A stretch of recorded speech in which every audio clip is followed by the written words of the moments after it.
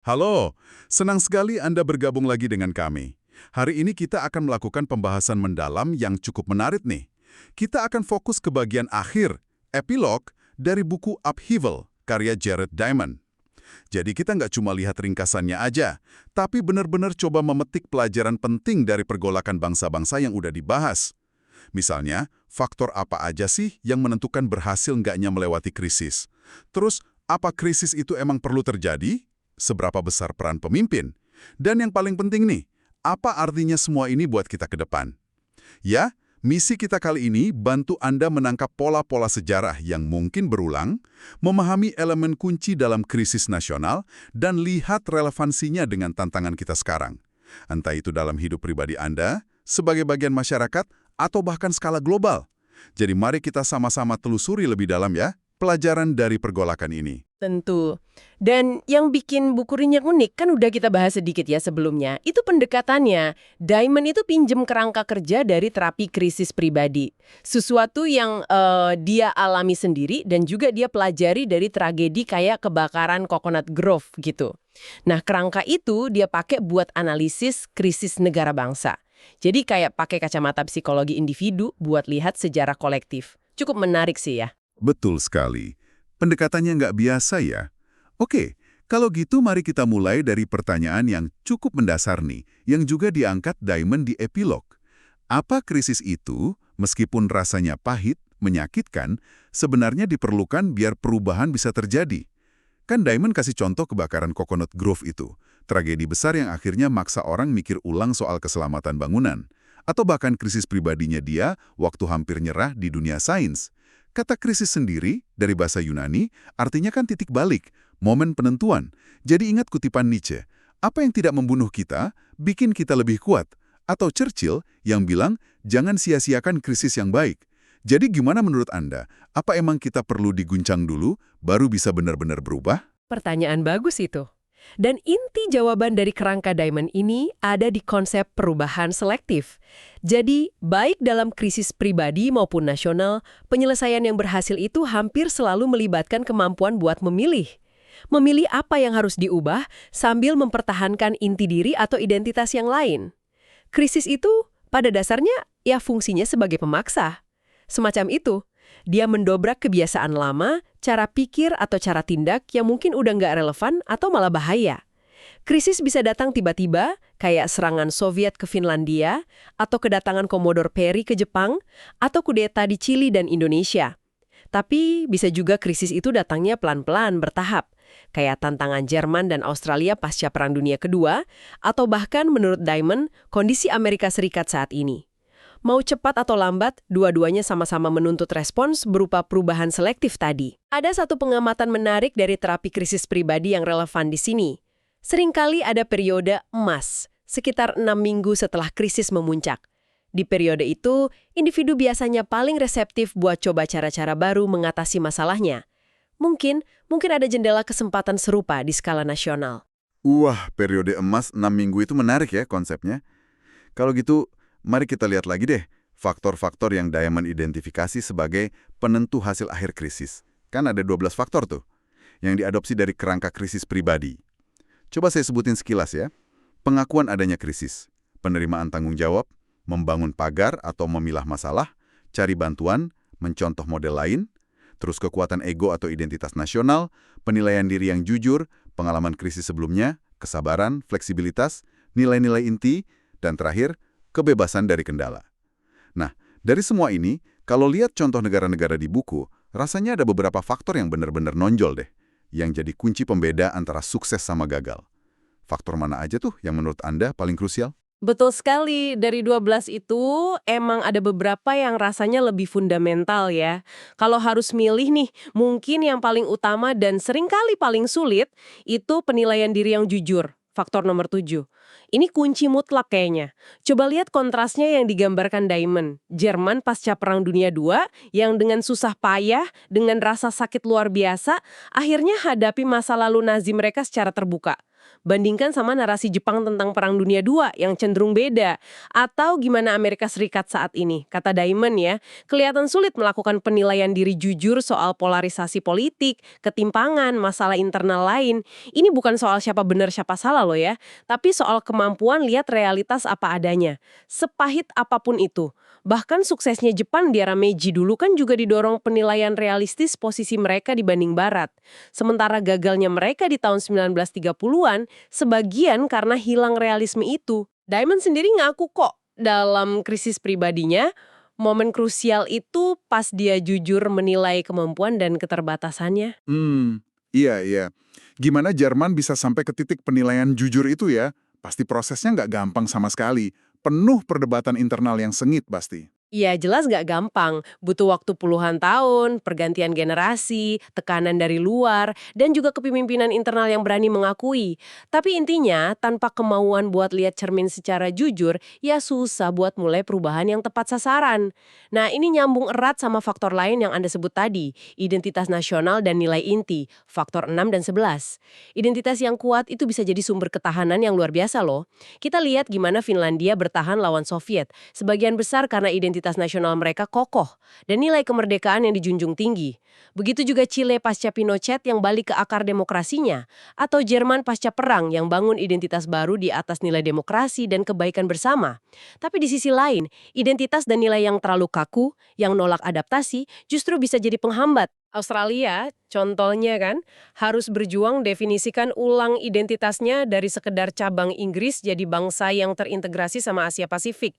Jadi ada semacam tarian yang rumit gitu ya, antara mempertahankan inti diri dan berani berubah. Tarian antara identitas dan perubahan. Wah, ini langsung ngingetin ke konsep perubahan selektif dan membangun pagar. Faktor nomor 3 yang tadi kita bahas.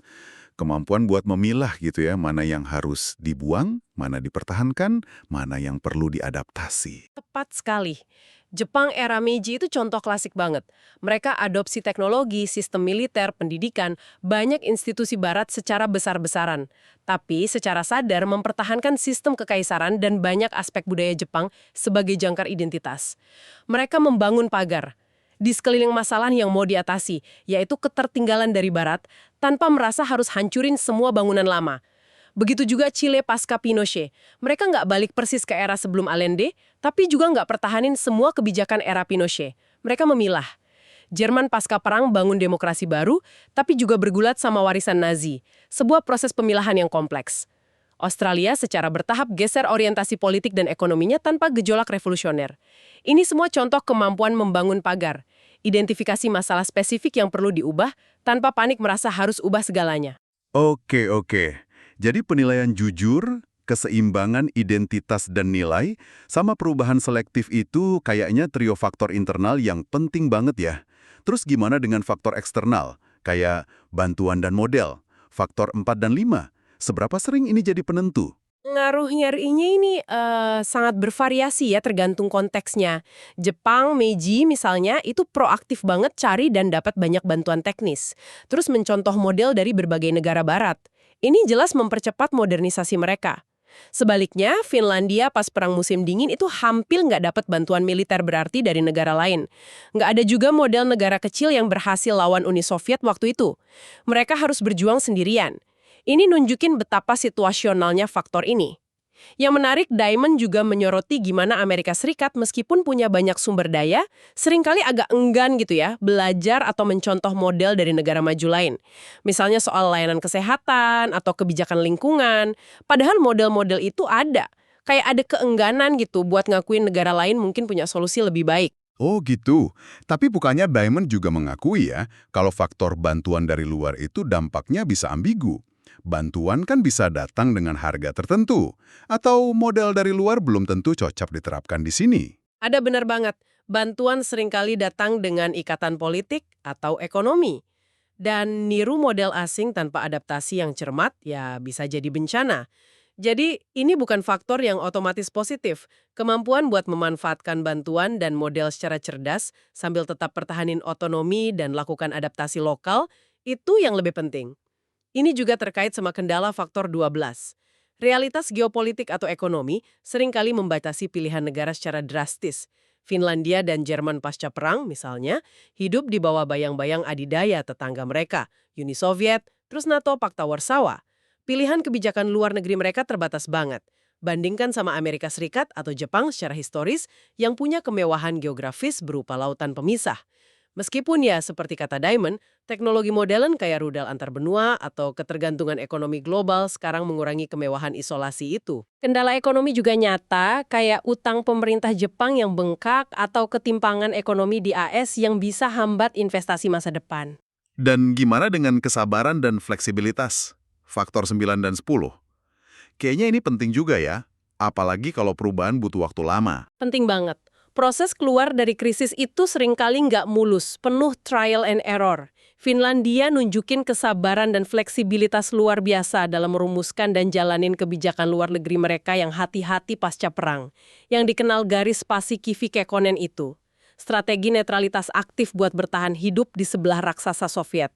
Mereka terus adaptasi selama puluhan tahun. Chile juga lewatin beberapa fase pemerintahan yang gagal sebelum akhirnya capai stabilitas demokrasi dan ekonomi pasca Pinochet. Sebaliknya, Diamond ngamatin kalau Amerika Serikat terkadang nunjukin ketidaksabaran atau kurang toleransi sama kegagalan atau proses lambat. Kayak terlihat di beberapa intervensi militer mereka di luar negeri yang hasilnya nggak jelas. Yang menarik juga, fleksibilitas nasional itu seringkali sifatnya situasional. Suatu negara bisa sangat fleksibel di satu bidang, misalnya ekonomi, tapi kaku banget di bidang lain, misalnya budaya atau politik. Jadi ini bukan sifat bawaan yang konstan gitu. Setelah bahas faktor-faktor internal dan eksternal ini, jadi penasaran nih. Siapa sih sebenarnya yang ngarahin kapal negara pas lewatin badai krisis? Ini bawa kita ke perdebatan klasik soal peran pemimpin dalam sejarah. Apa pemimpin hebat yang bentuk jalannya sejarah, kayak pandangan Thomas Carlyle, atau sejarah itu punya logikanya sendiri, lepas dari siapa pemimpinnya, kayak pandangan Leo Tolstoy? Diamond kan bahas studi menarik dari Jones dan Olkin soal ini. Iya, studi Jones dan Olken itu pendekatannya cerdas banget. Mereka coba ukur dampak pemimpin secara kuantitatif. Caranya, mereka lihat apa yang terjadi sama tingkat pertumbuhan ekonomi negara pas pemimpinnya meninggal dunia karena sebab alami waktu masih menjabat. Logikanya, kematian alami kan kejadian yang relatif acak ya, nggak terkait langsung sama kondisi negara. Hasilnya, ternyata kematian pemimpin cenderung diikuti perubahan signifikan, bisa naik, bisa turun dalam laju pertumbuhan ekonomi. Ini nunjukin kalau rata-rata pemimpin itu emang berpengaruh ke nasib ekonomi negaranya. Yang lebih menarik lagi, dampak ini ditemuin lebih besar di negara autokratis, di mana pemimpin punya kuasa lebih besar dan lebih sedikit kendala dibanding negara demokratis. Jadi, studi ini dukung gagasan kalau pemimpin bukan sekedar cerminan zaman atau masyarakat, tapi mereka punya kapasitas nyata buat bentuk arah bangsa. Mereka juga nemuin kalau pembunuhan pemimpin yang jelas bukan peristiwa acak dan sering terkait krisis punya efek yang beda lagi. Jadi, pemimpin emang bukan sekedar boneka sejarah ya. Wah, buku ini kan kasih banyak contoh pemimpin spesifik. Di sisi otokratis, ada yang dampaknya jelas negatif dan destruktif, kayak Hitler. Ada juga Pinochet di Chile, yang kata Diamond, tingkat kejamnya itu bahkan ngejutin banyak pendukung awalnya. Terus ada figur yang lebih kompleks kayak Soeharto di Indonesia, yang bawa stabilitas ekonomi di awal, tapi ya dengan harga represi politik dan korupsi. Tapi ada juga otokrat yang dinilai positif dalam konteksnya, kayak Bismarck yang berhasil satuin Jerman dengan pendekatan realis. Atau trio pemimpin Finlandia, Mannerheim, Paasikivi, Kekkonen, yang lihai banget memandu negara mereka lewatin ancaman eksistensial dari Soviet. Benar. Dan di sisi pemimpin demokratis, Diamond berpendapat mereka mungkin justru paling berpengaruh pas negara hadapi perang atau krisis eksistensial. Contohnya Abraham Lincoln pas Perang Saudara Amerika, atau Churchill, Roosevelt, de Gaulle selama Perang Dunia II. Mereka mampu mobilisasi seluruh bangsa, menginspirasi pengorbanan, dan bikin keputusan krusial yang nentuin kelangsungan hidup negara. Ini bukan berarti pemimpin demokratis nggak penting di masa damai ya, tapi dampaknya mungkin nggak sedramatis itu. Diamond kasih contoh kontras yang menarik. Hubungan kerja konstruktif antara Presiden Ronald Reagan, Republik, sama Ketua DPR Tip O'Neill, Demokrat, di Amerika tahun 1980-an. Meskipun beda pandangan politik tajam, mereka masih bisa duduk bareng, negosiasi, dan capai kompromi demi kepentingan negara. Ini kontras banget sama kondisi polarisasi ekstrim dan kebuntuan politik yang melanda AS saat ini. di mana kompromi kayaknya jadi kata kotor gitu. Wah, kontras banget ya kondisi waktu itu sama sekarang. Ini nunjukin kalau pilihan dan gaya kepemimpinan itu benar-benar penting ya, terutama di masa sulit atau pas potensi krisis membayangi. Mereka bisa arahin bangsa ke solusi atau malah memperdalam perpecahan. Tepat sekali. Pemimpin itu nggak cuma respon peristiwa, mereka juga aktif bentuk narasi, nentuin prioritas, dan bikin pilihan kebijakan yang konsekuensinya jangka panjang. Bisa positif, bisa negatif. Terutama di titik-titik kritis sejarah, pilihan seorang pemimpin bisa sangat nentuin arah belokan jalan sebuah bangsa. Oke. Dari semua perbandingan negara dan peran pemimpin ini, kalau kita tarik benang merahnya nih, pelajaran apa sih yang paling penting yang bisa kita pegang buat masa depan? Menurut intisari dari epilog ini. Diri yang jujur dan realistis. Kenali kekuatan, tapi juga berani akui kelemahan dan masalah yang ada. Ngabaikan kenyataan atau kejebak narasi yang menenangkan tapi keliru itu resep bencana. Kedua, kesediaan buat belajar dari bangsa lain. Nggak perlu nemuin roda tiap saat, adopsi model atau praktek terbaik dari tempat lain, terus adaptasi sesuai konteks lokal, itu tanda kedewasaan dan kecerdasan kolektif. Ketiga, kemampuan krusial buat menyeimbangkan antara identitas nasional dan nilai inti dengan kebutuhan buat berubah secara selektif. Terlalu kaku pertahanin tradisi bisa hambat kemajuan, tapi kehilangan identitas sama sekali juga bahaya.